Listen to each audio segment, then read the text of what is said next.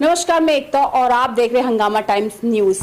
हम बहुत भाग्यशाली हैं, मैं कहूँ खुशकिस्मत है कि हम हिंदुस्तान जैसे एक मुल्क में पैदा हुए हैं जहां इतिहास सुनहरे अक्षरों से लिखा गया है। आपको हम इस काबिल बना सकते हैं कि उस इतिहास को पढ़कर भी हम अपने आप में एक कहते हैं कि खुद के अंदर इतिहास रच सकते हैं। और जो इतिहास रचते हैं वो कुछ ना कुछ ऐसा करते हैं कि अपने साथ साथ अपने शहर को, अपने लोगों को, अपने मुल्क का नाम आगे लेकर आते हैं। और अगर हम बात करें लखनऊ की, तो लखनऊ के चाहे जायके की बात करें, चाहे कपड़ों की बात करें, या हम बात करें कि उसके इतिहास की, या बात करें हम उर्दू की या शायरी की बात करें, तो मुझे लगता है हिंदुस्तान में बैठा हुआ एक एक व्यक्ति जो जानता है हिंदुस्तान की गलियों को, जो हिंदुस्तान को जानता है, जब बात लखनऊ की तो अदब से कहता है कि बहुत भाग्यशाली, बहुत खुशनसीब वो लोग हैं जो लखनऊ में रहते हैं। तो लखनऊ की एक कहते हैं कि एक सिलसिला चला आ रहा है कि जहां पर आपको खाने को अच्छा मिलता है, बातें अच्छी होती हैं, उर्दू का जायका अच्छा है, बहुत खूबसूरत होता है।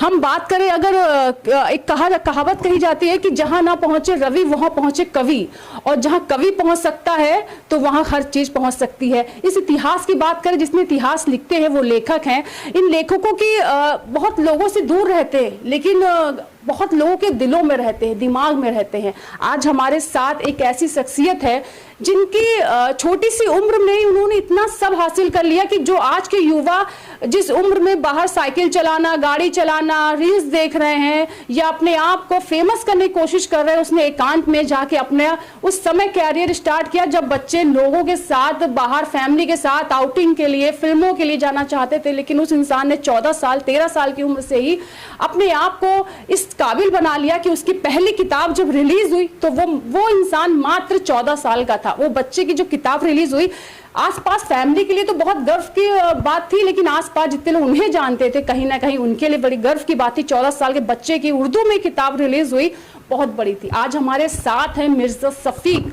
शफीक जी, आपका स्वागत है हंगामा टाइम्स में। हम बात कर रहे हैं आपके बचपन की, हम बात कर रहे हैं लखनऊ की, हम बात कर रहे हैं उर्दू की, हम बात कर रहे हैं उर्दू में जो मिठास है उसकी। तो आपकी बात ना हो, आपने बहुत कम समय में हमारे लिए बहुत कुछ छोड़ा। आने वाली जो जनरेशन है वो आपसे बहुत कुछ सीखेगी। तो इस समय आप हमारे साथ हैं, हमारी जनता आपको देख रही। हम बात करने जा रहे हैं आपकी, जिसमें हम आपके बचपन की बात करेंगे, आपके बड़े होते और आपके कैरियर की बात करेंगे। सर, तो पहले आपका स्वागत है हंगामा टाइम्स में। सर, मैं हंगामा टाइम्स का शुक्रगुजार हूं और आपका भी शुक्रिया अदा करता हूं कि आपने ये मौका दिया कि मैं अपनी बात आपके माध्यम से लोगों तक पहुंचा सकूं। तो मैं अपनी गुफ्तगू का आगाज़ करता हूं कि ज़िंदगी दी है तो जीने का हुनर भी देना, ज़िंदगी दी है तो जीने का हुनर भी देना, पाँव बख्शे हैं तो तौफ़ीक़ सफ़र भी देना, पाँव बख्शे हैं तो तौफ़ीक़ सफ़र भी देना। गुफ्तगू तूने सिखाई है कि मैं गूंगा था, गुफ्तगू तूने सिखाई है कि मैं गूंगा था, अब मैं बोलूँगा तो बातों में असर भी देना, अब मैं बोलूँगा तो बातों में असर भी देना। आपने जो उर्दू अदब के हवाले से गुफ्तगू की और हमारे बचपन के ताल्लुक़ से जो ज़िक्र किया अभी, तो मैं ये अर्ज़ करूँ आपकी खिदमत में कि जैसा कि आपने बताया अभी नाज़रीन को कि 14 साल की उम्र में मेरी पहली किताब आई थी, उसका नाम था खिराज हयात। और मुझे बचपने से ही लिखने पढ़ने का बहुत शौक़ था और किताबें ही मेरी एक तरह से मोहब्बत थी।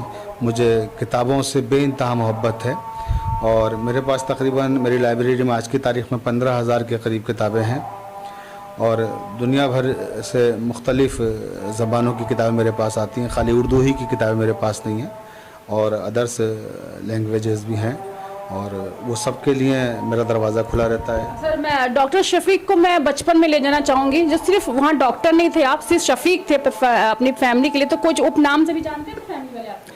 नहीं, मेरा ये शफीकी के नाम से मुझे सब है। अच्छा सर, तो फैमिली में जब पता चला कि जैसे होता है कि सबको तो मेरा बेटा इंजीनियर बनेगा, डॉक्टर बनेगा, ये बनेगा, फैमिली में था कभी?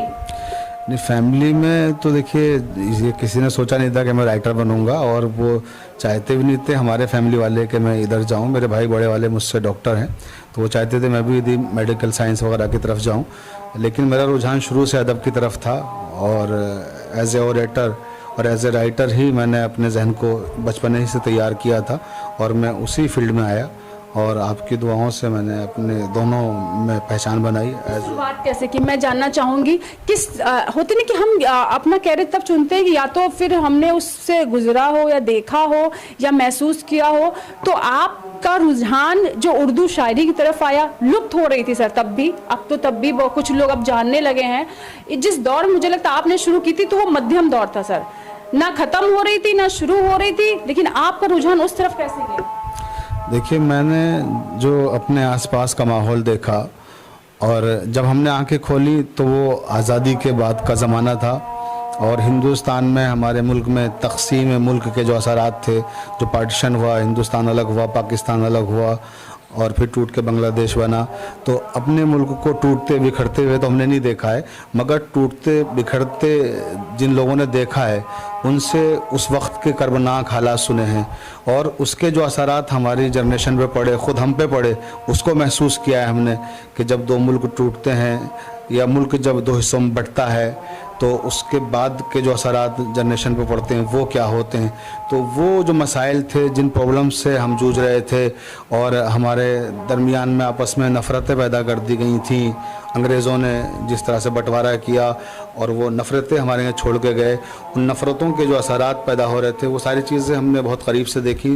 तो हमें महसूस हुआ कि ऐसे ज़माने में जब लोग नफ़रतें फैला के गए हमारे मुल्क में, तो ज़रूरत इस बात की है कि जो हिंदुस्तान की बुनियादी पहचान और शनाख्त है पूरी दुनिया में, जो हमारी बरसों पुरानी तहज़ीब है, जो संस्कृति है हिंदुस्तान की, वो मोहब्बत की है और जो मुश्तरका कल्चर जिसे हम कहते हैं कि हमने ज़िंदगियों को साथ में मिल के गुजारा है। बहुत सारे मज़हब के लोग यहाँ रहते हैं और बहुत सारे धर्म के मानने वाले लोग मोहब्बतों से हमेशा से रहते आए हैं। और सबसे बड़ा सबूत ये है इसका कि 1400 साल पहले जब करबला का वाक़या हुआ था, जो इराक़ की सरज़मीन पे हुआ था और हज़रत इमाम हुसैन को यजीद ने और उसके लश्कर ने कत्ल किया था उनके 72 साथियों के साथ, तब उन्हीं ने, इमाम हुसैन ने कहा था कि मुझे हिंदुस्तान जाने दो, यानी अगर तुम्हें ऐसा लग रहा है कि मैं तुम्हारे मुल्क में नहीं रह सकता, तुम्हारी हुकूमत को मुझसे ख़तरा है, तो मुझे हिंदुस्तान जाने दो। तो उस वक्त के लोग लिखते हैं तारीख़ में कि इमाम हुसैन ने हिंदुस्तान आने की तमन्ना इसलिए की थी क्योंकि हिंदुस्तान अमन का गहवारा था, यूनिटी और इत्तेहाद का प्लेटफार्म था और जहाँ किसी को अमन नहीं मिलता था, पनाह नहीं मिलती थी, उसे हिंदुस्तान में पनाह मिलती थी। तो हमारा मुल्क हमेशा से दूसरों को पनाह देता रहा है और मोहब्बतों की तालीम यहाँ से आम होती रही है। वही मोहब्बतें थी और वही तहज़ीब और वही कल्चर था जिसने मुझे राइटर बनाया और मैं इस तरफ आया। सर जैसे कि अब अगर हम, जब आप शायर बने या आप लेखक बने सर, मैं उस दौर में आपको लेके चलूँगी। उस दौर में क्या इस दौर की से कुछ तुलना करी जाए तो क्या युवाओं के अंदर अभी वही जोश था शायर को लेकर, शायरी को लेकर, कहीं अब लुप्त होते रहा है? देखिए, पहले तो मैं इस बात की वजाहत कर दूं कि शायरी और फिक्शन, अफसाने मैंने सब लिखा बचपन में अपने, और यूनिवर्सिटी की जो मेरी लाइफ थी, स्टूडेंट लाइफ, वहाँ तक लिखा। लेकिन अब जो मेरी पहचान है वो ना शायरी से ना फिक्शन से, वो एक आलोचक और आलोचना करता हूँ। तो एक नक्काद की हैसियत से जिसको कहते हैं, तो वो तनकीद का मेरा काम है। मैन और मेरी किताबें जितनी भी हैं वो सब उर्दू तनकीद के हवाले से ही हैं। उसमें तनकीद मैंने फ़िक्शन की भी की है, शायरी की भी की है, दोनों चीज़ों पे लिखा है।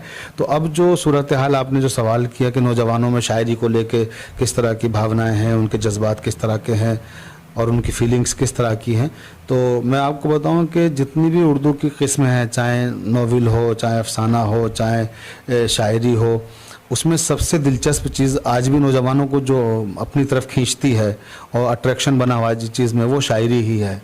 शायरी ही एक ऐसी चीज़ है जिससे वो लोग भी जिन्हें उर्दू नहीं आती वो उर्दू की तरफ खिंच के आते हैं।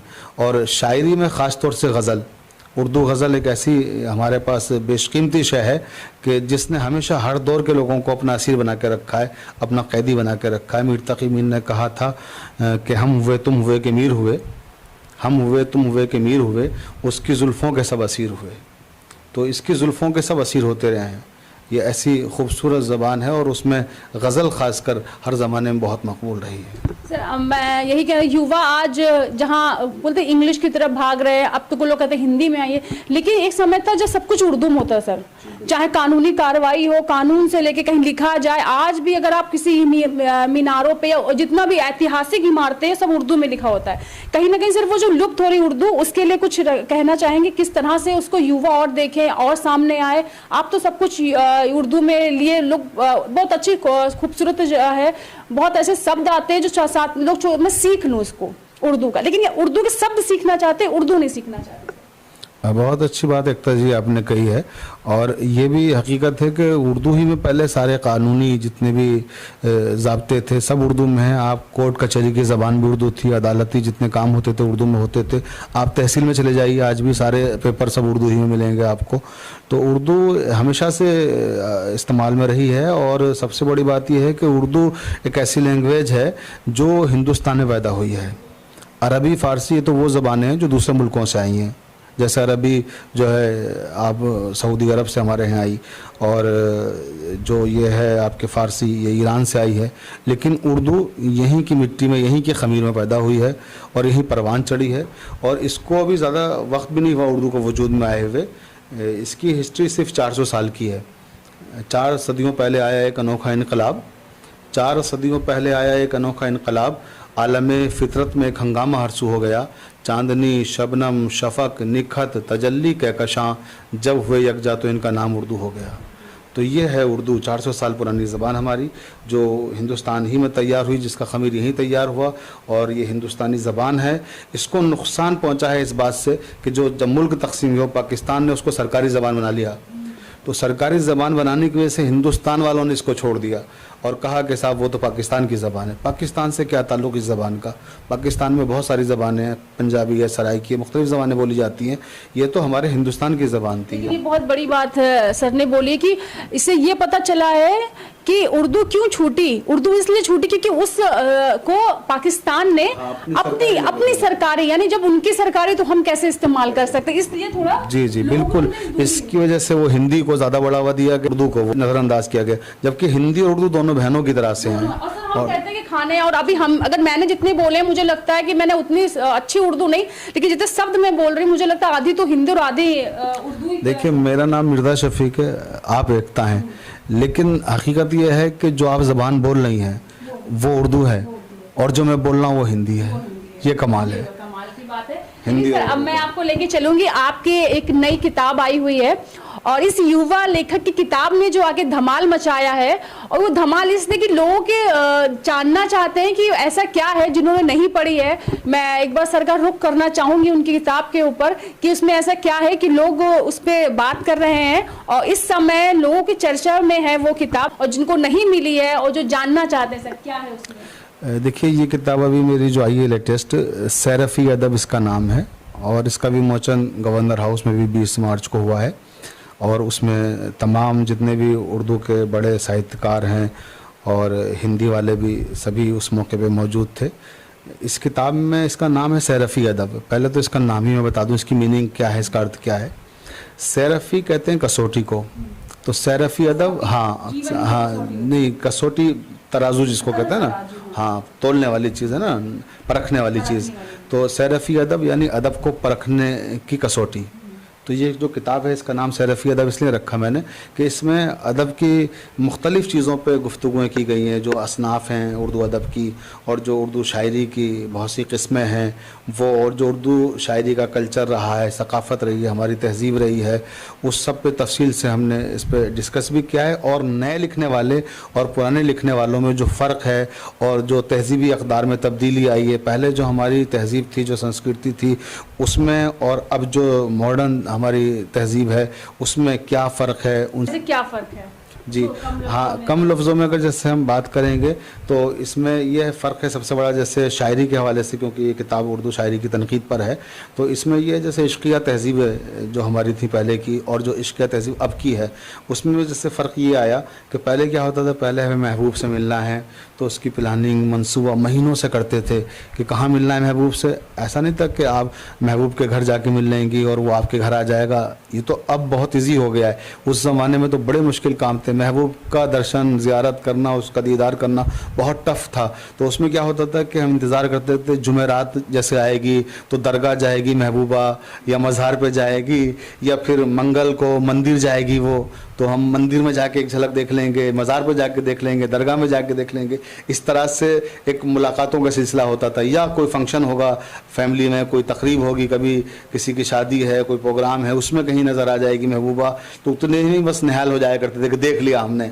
लेकिन अब क्या है, अब वो चीज़ें बदल गई हैं। पहले क्या होता था, चिलमने पड़ी होती दरवाज़ों पे कि चिलमन के पीछे से देख लें एक झलक, महबूब को उन्हीं ने देख लिया चिलमन के पीछे से। अब वो चिलमने ख़त्म हो गई, ये सारी चीज़ें ख़त्म हो गई हैं। अब तो क्या है, मोबाइल आपके पास है, व्हाट्सएप आपके पास है, फेसबुक आपके पास है, सोशल मीडिया के बहुत सारे ज़रिए ऐसे हैं, ईमेल है कि आप इधर उंगली दबाइए, क्लिक कीजिए और उधर आपका मैसेज, आपका पैगाम आपके महबूब तक पहुंच जाता है। जिसे पहुंचाने के लिए बरसों हम सोचते थे कैसे पहुंचेगा। कोई बच्चा तैयार करते थे फैमिली का छोटा, वो लेके जाएगा ख़त, उसके बाद वो जवाब लाएगा। या कबूतर का सहारा उर्दू शायरी में बहुत दिया जाता था पहले, महबूब का ख़त अगर कबूतर के पर पे रख के भेजा जाता था। एक अजीब तहजीब थी। मुझे नहीं लगता है, मुझे लगता है कि उर्दू शायरी और प्यार मोहब्बत का सर इसलिए क्योंकि जो फीलिंग्स, जो प्यार एक दूसरे में होता है, जैसे आप बात कर रहे हैं कि अगर मैं एक लड़का लड़की की बात करूं तो जो प्यार और फीलिंग्स है उनके अंदर, वो कहीं ना उर्दू शायरी किसमें और बढ़ा देती है। अगर महिला की खूबसूरती की बात करें या किसी पुरुष के प्यार का वर्णन किया जाए तो एक शायरी एक माध्यम हो जाती है कि हम अपने शब्द ना कहकर उस शब्द को इतने प्यार से कह दें कि वो शायरी का रूप लेती है, और प्लस जो प्यार आप 10% करते हो वो 100% हो जाता है सर। बिल्कुल बिल्कुल, इसमें कोई शक नहीं है कि उर्दू शायरी बड़ा अहम किरदार अदा करती है इस चीज़ में कि अगर आपको शेर याद हैं तो लड़की उससे जल्दी प्रभावित होती है, मुतासिर होती है। और ये बातें तो हमारे देश के बहुत सारे अहम तरीन लोगों ने, जिनका ताल्लुक उर्दू से नहीं है मगर दानिश्वर हैं और बहुत पढ़े लिखे लोग हैं, उन्होंने अपनी तकारीर में भी कहा है, स्पीच में भी कहा है और अपनी बुक्स में भी लिखा है कि उर्दू शायरी और उर्दू शब्दों के ज़रिए से लड़कियाँ बहुत मुतासिर होती हैं। और सर वो सिर्फ जिसे देखा भी नहीं है बहुत सर, अब तो आपसे जैसे आप युवा हो तो आपसे तो मुलाकात हो, आपका इंटरव्यू हो, लेकिन एक समय ये था कि जो शायर थे या लेखक थे उनसे मिल भी नहीं, लेकिन उनसे इतना प्यार हो जाता था कि लोग शायद उनके नाम से इनको खत भेजना शुरू कर दे, जहां से पब्लिश हो रही है वहां बिल्कुल वो बिल्कुल ये तरीका था कि लोग पहले ऐसे ही करते थे कि जैसे किसी की गज़ल छपी किसी मैगज़ीन में, तो अब वो मैगज़ीन के एडिटर से कांटेक्ट किया गया, उससे उस एड्रेस के कौन है क्या है, और फिर उसके बाद ख़तों की दावत शुरू होती थी। ये सारी चीज़ें तो हमारी उर्दू शायरी में रही हैं। आप देखेंगे उर्दू शायरी का कमाल ये है कि जो इश्क की बातें करता है, जो महबूब की बातें करता है, जो हबीब की बातें करता है, वही सेहत के हवाले से भी योगा और ये जो तमाम चीज़ों से आपको फ़ायदे पहुँचते हैं ना, वो अगर आप शायरी पढ़ें ना तो शायरी से आपके बदन में जो तब्दीलियाँ आती हैं और जो आपकी रूह को सुकून मिलता है, तो उसमें भी एक अहम किरदार अदा करती है शायरी। रूह और सुकून की बात कर रहे हैं सर, तो जैसे हमने अब किताब की बात की जो इस समय चर्चा पे है, लेकिन इसके बाद आप अपने श्रोताओं को, दर्शकों को क्या देने वाले, किस पर आपकी नज़र है और क्या लिखने वाली है इस बार आपकी कलम? अभी देखिए मेरी किताब अभी सैरफ़ी अदब है जो अभी लेटेस्ट आई है। इसके बाद जो भी मेरा काम चल रहा है, रोशन चेहरे रोशन लोग, अब किताब मेरी आ रही है और इंशाल्लाह बहुत जल्दी आ जाएगी, वो तैयार है। उसके अलावा भी 1-2 किताबें और हैं जो पाइपलाइन में हैं, तैयार सी हैं तकरीबन, लेकिन अभी फ़िलहाल रोशन चेहरे रोशन लोग आ रही है। उसमें क्या है, उसमें मैंने खाके लिखे हैं जितने भी हमारे बड़े बड़े शायर हैं और बड़े फिक्शन राइटर हैं या समाज में जो साहिब हैसियत लोग हैं जिन्होंने मुझे प्रभावित किया, मुतासिर किया, मैंने उन पर आर्टिकल लिखे हैं, उनके खाके लिखे हैं। जैसे इस वक्त एक आर्टिकल का मैं जिक्र करना चाहूँगा आपके हवाले से, क्योंकि आपने ये बात कही कि लोग एड्रेस ढूंढते हुए पहुँचते थे और फ़ोन नंबर लेके एडिटर से रब्ता करते थे और पहुँचते थे जो चीज़ पसंद आ जाती थी। तो ऐसा मेरे साथ भी एक बार हुआ और मुझे बड़ा अच्छा लगा। जिस शख्स ने मुझे ढूंढा वो थे जो मुझे ढूंढने वाले थे, आपने उनका नाम यकीनन सुना होगा, मुज़फ़्फ़र अली, जिन्होंने उमराव जनादा बनाई है। तो उन्हीं ने मुझे ढूंढा और मुझ तक आए वो ढूंढते हुए। ये मेरे लिए बड़ी खुशी की बात थी। इतनी बड़ी शख्सियत मुज़फ़्फ़र अली साहब की है कि पूरी दुनिया में उनका नाम है। वो उन्होंने बहुत सारी फिल्में बनाई हैं, लेकिन वो अच्छे कलमकार भी, अच्छे राइटर भी हैं, आपको बताऊँ मैं, और बहुत अच्छी फैमिली से हैं वो। तो उनके हवाले से ये था कि मैंने एक आर्टिकल लिखा शहरियार पर, दिल चीज़ क्या है मेरी जान लीजिए, बस एक बार मेरा कहा मान लीजिए, जो सॉन्ग सुनी ने लिखे हैं शहरियार ने उमराव जनादा के। तो जब उनका इंतकाल हुआ तो उन्होंने इंटरव्यू दिया शहरियार साहब के ख़िलाफ़ और वो इंटरव्यू छपा दैनिक जागरण में और उनको बहुत बुरा भला कहा। तो आज इंतकाल हुआ है, अगले दिन अखबार में उनके ख़िलाफ़ आ रहा है। तो जो शहरियार के पूरी दुनिया में चाहने वाले हैं, उनके बहुत बड़े शायर हैं उर्दू के वो, तो उनके चाहने वालों को बड़ी तकलीफ़ पहुंची कि मतलब ये कब्र की मिट्टी भी खुश्क नहीं होने पाई अभी, और उनके ख़िलाफ़ उनकी बीवी ने इस तरह का बयान दिया है। वो डिवोर्स हो चुका था, उनसे कोई ताल्लुक़ नहीं था 20 साल पहले, लेकिन उसके बाद वो जब तक ज़िंदा रहे तब तो कुछ बोली नहीं, मरने के बाद उन्होंने इतना ख़तरनाक इंटरव्यू दिया। वो जब मैंने पढ़ा तो मुझे बड़ी तकलीफ़ हुई, और मुझे यूँ तकलीफ़ हुई क्योंकि मेरा रिश्ता शहरियार साहब के साथ बहुत अच्छा था। अदबी एतबार से भी मैं उनकी शायरी का बहुत कदरदान हूँ, और इस हवाले से भी ज़ाती तौर पर भी मेरे उनसे ताल्लुक़ात थे। मेरी किताब का विमोचन लखनऊ यूनिवर्सिटी में 2008 में, जो मेरी पहली किताब इरफान सिद्दीकी शख्स और शायर, शहरियार साहब ने किया था, तो उनसे एक मेरा रिश्ता बना हुआ था। जो मैंने वो पढ़ा, मुझे बड़ी तकलीफ़ हुई, तो मैंने इनको फ़ोन किया, दैनिक जागरण के एडिटर को, और मैंने कहा सर आपने इस तरह से इंटरव्यू छापा है शहरियार साहब की वाइफ का, और इससे बड़ी तकलीफ़ पहुंची उर्दू वालों को, लिहाजा मैंने इसका जवाब लिखने का इरादा किया। मैं आज जवाब लिख रहा हूँ, कल आपसे रिक्वेस्ट है कि उसको छाप दीजिएगा। तो बोले कि नहीं आपका हम नहीं छापेंगे जवाब दैनिक जागरण में। तो मैंने कहा क्यों नहीं छापेंगे? कहने लगे देखिए डॉक्टर मिर्ज़ा शफ़ीक, हम आपसे वाकिफ़ हैं पर्सनली, और आपके आर्टिकल हम अपने यहाँ छापते रहते हैं दैनिक जागरण में, लेकिन शहरियार साहब का ये फैमिली मैटर है, उनकी वाइफ ने लिखा है, तो जवाब उनका बेटा दे, बेटी दे, कोई फैमिली का मेंबर देगा तो हम छापेंगे, आपका नहीं छापेंगे क्योंकि आप फैमिली मेंबर नहीं हैं। तो मैंने कहा फैमिली मेंबर नहीं हूँ मैं, इससे क्या फ़र्क पड़ता है? उन्होंने एक शायर पर हमला किया है, और हम जाहिर सी बात है उनसे मोहब्बत करने वाले हैं, तो ये हमारा हक़ है कि हम उनका डिफेंस करें। गलत बातें उन्होंने कही हैं तो हम उसका जवाब दें। तो उन्होंने कहा नहीं, हम सॉरी, आप कल ही आप कोई आर्टिकल दे दीजिए किसी भी टॉपिक पे, हम कल ही आपका छापेंगे, मगर शहरियार साहब पे नहीं छापेंगे, इसका जवाब आपका नहीं छापेंगे। तो मैंने कहा ठीक है आप मत छापिए, मगर मैं लिखूंगा, और दुनिया भर के और बहुत सारे अखबार आते हैं, मैं वहाँ छपवाऊँगा। तो फिर मैंने लिखा उसी रात वो जवाब, और उसका उन्वान था हुए हम जो मर के रुसवा, क्योंकि मरने के बाद उन पर, हाँ मैंने लिखा जी शहरियार साहब की तरफ से जवाब। और वो जब छपा अगले दिन सारे अखबारों में, उर्दू के अखबारों में छपा, हिंदी के भी और अखबारों ने छापा, सब ने, जागरण के अलावा, तो वो बड़ा पसंद किया गया। लोगों ने कहा भी बहुत ज़बरदस्त आर्टिकल लिखा है। तो शहरियार साहब के क्योंकि दोस्त हैं मुज़फ़्फ़र अली, तो मुज़फ़्फ़र अली साहब ने भी वो आर्टिकल पढ़ा, बॉम्बे में भी छपा, वो दिल्ली में, लखनऊ में, हैदराबाद, चेन्नई, सभी जगह छपा वो आल एडिशन। तो उन्होंने उसको पढ़ के सहाफ़त अखबार के एडिटर को फ़ोन किया और कहा कि मिर्ज़ा शफ़ीक हुसैन शफ़क़ कौन है, हमें इनका कॉन्टैक्ट नंबर दीजिए जिसने ये आर्टिकल लिखा है। तो उन्होंने वहाँ से बॉम्बे दफ्तर से मेरा नंबर लिया, फिर मुझे फ़ोन किया और कहा कि साहब आपका मज़मून शहरियार पर पढ़ा और बहुत अच्छा लगा, मैं लखनऊ आ रहा हूँ, मैं आपसे मिलना चाहता हूँ। तो मेरे लिए ये बहुत बड़ी खुशी की बात थी कि इतने बड़ी शख्स मुज़फ़्फ़र अली साहब की, और वो ख़ुद मुझसे कह रहे हैं कि मैं आपसे मिलना चाह रहा हूँ। और ज़्यादा खुशी इस बात की थी कि मेरे आर्टिकल की वजह से, मेरा मज़मून पढ़ के मुझसे मिलना चाहते थे, और फिर वो लखनऊ आए और उन्होंने मुझे फ़ोन किया। मैं फिर उनसे उनके घर पे मिलने गया, और वहाँ भी एक खूबसूरत वाक़या पेश आया। जब मैं उनसे मिलने गया तो उन्होंने एक और साहब को भी मेरे अलावा वक्त दे रखा था उस वक्त, वो कोई नवाब फैमिली से लखनऊ के थे, उनकी बेगम और नवाब साहब वो मिलने आए उनसे। तो उन्होंने कहा मुज़फ़्फ़र अली साहब से कि सर मैं आपके लिए एक तोहफ़ा लेके आया हूँ। तो मुज़फ़्फ़र अली साहब ने कहा क्या लाएँ? तो उन्होंने अपनी जेब से अखबार निकाला एक, और कहा कि आप क्योंकि शहरियार के दोस्त हैं और शहरियार के ख़िलाफ़ उनकी बीवी ने कितना ख़तरनाक इंटरव्यू दिया था, कितनी गलत बातें कही थी, आपको भी तकलीफ़ हुई होगी, हमें भी तकलीफ़ हुई है। और एक कोई मिर्ज़ा शफ़ीक है यहाँ पर लखनऊ में, उन्हीं ने एक आर्टिकल लिखा था, उनका छपा था यहाँ पे, तो मैंने वो रखा था उठा के जब आप लखनऊ आएंगे तो आपको दूंगा, आप उसे पढ़ेंगे तो बहुत खुश होंगे। तो शहरियार साहब के ताल्लुक़ से वो जो आर्टिकल था मेरा, वो उन्होंने मुज़फ़्फ़र अली साहब को दिया। मुज़फ़्फ़र अली साहब ने लिया और मुस्कुराए, और उनसे नवाब साहब से कहा आप पहचानते मिर्ज़ा शफ़ीक साहब कौन है? तो बोले कि नहीं। बोले यही मिर्ज़ा शफ़ीक हैं।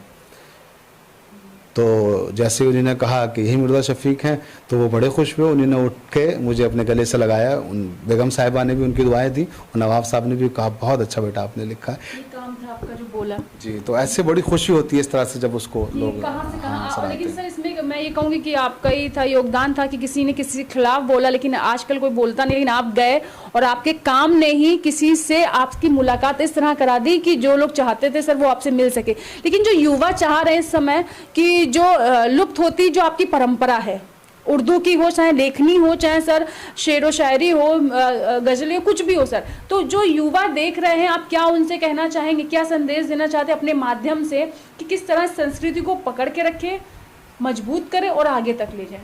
देखिए, हंगामा टाइम्स के हवाले से मैं अपने तमाम देखने वालों को, नाज़रीन को यही कहना चाहूँगा और यही पैगाम देना चाहता हूँ कि शायरी ही नहीं, फिक्शन भी, जो हमारा अदब है, चाहे वो हिंदी का हो, चाहे उर्दू का हो, चाहे अदर लैंग्वेजेस हों, जो भी हो, अदब जहाँ भी लिखा जा रहा है उसे ज़रूर पढ़ें, क्योंकि अदब को पढ़ने से जहन में एक ताजगी का एहसास होता है और हमें चीज़ों को समझने का शऊर पैदा होता है।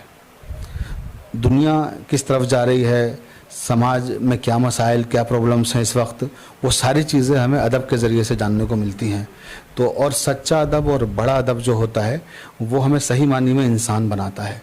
तो मैं अपने नौजवानों को, जो हमारी कदरें हैं, हमारी तहजीब है, जो हमारी संस्कृति है, उससे दूर होते जा रहे हैं, क्योंकि अदब से रिश्ता हमारा कमज़ोर होता जा रहा है। सोशल मीडिया ने इस वक्त, टीवी ने और दूसरी चीज़ों ने हमें अदब से दूर कर दिया है। किताबें पढ़ने का शौक़ लोगों में कम होता जा रहा है, लेकिन किताबें पढ़ने का शौक़ कम हो रहा है, मगर किताबों की अहमियत कभी भी कम नहीं हुई है। वो आज भी वैसे ही है और 1000 साल बाद भी वैसे रहेगी, 1000 साल पहले भी वैसे ही थी।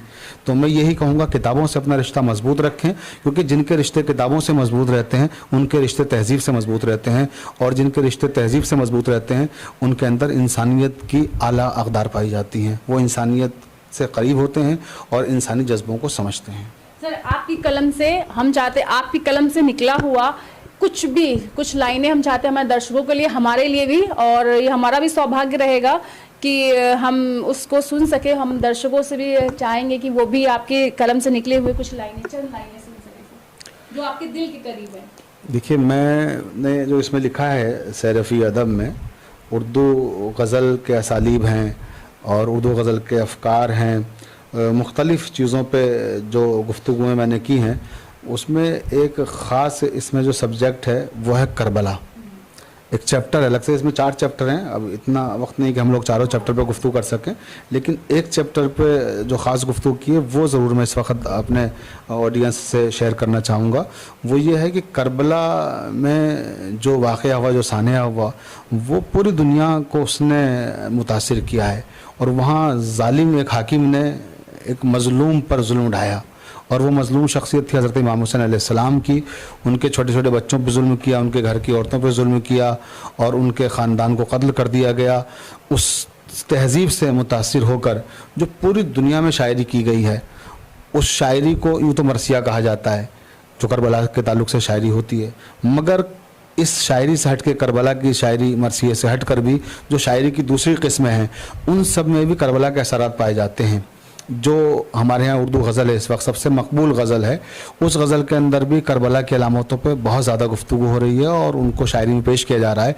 इस हवाले से 2 बड़े नाम हैं, एक इफ्तिखार आरिफ का नाम है, एक इरफान सिद्दीकी का है। इफ्तिखार आरिफ का ताल्लुक़ पाकिस्तान से है और इरफान सिद्दीकी का ताल्लुक़ हिंदुस्तान से है। तो करबला के हवाले से जो शायरी है उसमें भी यही पैगाम दिया गया है। वही पैगाम मैं आज आपके इस चैनल के माध्यम से अपने नौजवानों को देना चाहता हूँ कि हम अपने तहजीबी असासे को अपने कलेजे से लगा के रखें, और कोई भी मज़हब हो कभी भी किसी दूसरे मज़हब के ख़िलाफ़ हमें वो नफ़रत के लिए आमादा नहीं करता है।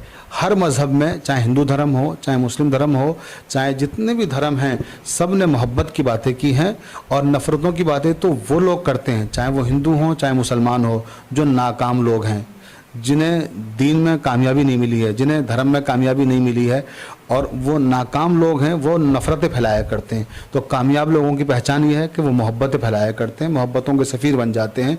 तो मैं यही कहना चाहता हूँ अपने तमाम हिंदू मुसलमान भाइयों से कि हिंदुस्तान हमारा मोहब्बतों का और मोहब्बतों के साथ साथ मुरव्वतों का ये देश रहा है। तो यहाँ की जो परंपराएं हैं मोहब्बतों की, मुरव्वतों की, उसी को आम करें और पूरी दुनिया को बताएं कि हिंदुस्तान की जो संस्कृति थी, जो तहजीब थी, आज भी वो ऐसे ही है। आज भी उसके परिस्तार हिंदुस्तान में मौजूद हैं और हम आज भी अमन और मोहब्बत का पैगाम सारी दुनिया को दे रहे हैं। तो ये थे युवा लेखक मिर्ज़ा शफ़ीक, उनसे बात किया हमने, और साथ में ये भी जाना है उनकी जर्नी कैसी रही लेखनी को लेकर, या कहूँ उर्दू को लेकर उनका जो नज़रिया था, आज उसी नज़रिए की बदौलत आज वो यहाँ बैठे कई युवाओं के, कितना प्रेरणादायक है ये, कितने लोगों को प्रेरणा दी है उन्होंने कि किस तरह से वो अपने कैरियर को, किस तरह से वो जहाँ चाहते वहाँ लगा सकते हैं, जो चाहते हैं। उनका जुनून था किताबें, तो आज वो किताबों में ही हैं, और उनका एक सपना था कि जो कहीं ना कहीं उस पूरा करने पे दौर पे हैं कि वो अपनी लेखनी से अपनी खोती हुई जो परंपरा है, इतिहास है, जो उर्दू का है, शेरो शायरी का है, लुप्त होती जो परंपरा, उसे कहीं ना कहीं सामने युवाओं के रखना है। जो एक हमने बात इस शुरुआत में की थी कि हम इतिहास में क्या छोड़ के जा रहे हैं, तो मैं ये जानती हूँ कि एक युवा लेखक जो छोड़ के जाएगा, लोग उसको जब पढ़ेंगे तो कहीं ना कहीं उनकी जो पूरे जीवन की जो जर्नी है, जो इतिहास है, उसे जान सकेंगे, और उनको जानेंगे तो कहीं ना कहीं इस उर्दू शेर व शायरी को, उर्दू को और हमारे इतिहास को जान सकेंगे। बने रहिए हंगामा टाइम्स के साथ, ऐसे ही लोगों से आपसे मिलाते हैं जो कहीं ना कहीं अपने लिए उन्होंने ऐसा किया है कि प्रेरणादायक और आपके लिए प्रेरणा बनते। तो आज हमारे लिए जो प्रेरणा थे, आज हम आपके सामने लेके आए। ऐसे ही लोगों से फिर मुलाकात करते हैं। नमस्कार।